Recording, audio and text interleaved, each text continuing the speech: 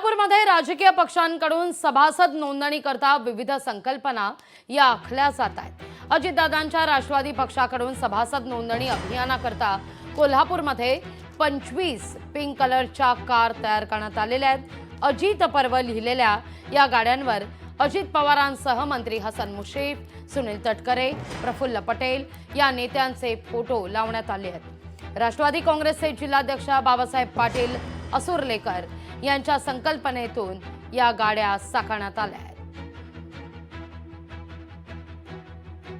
प्रत्येक तालुक्यामध्ये जाऊन आज आपण त्या ठिकाणी उच्चांकी जास्तीत जास्त सभासद आपल्या पार्टीचे कसे होतील यासाठी आमचं अभियान आज कागलपासून सुरुवात होते।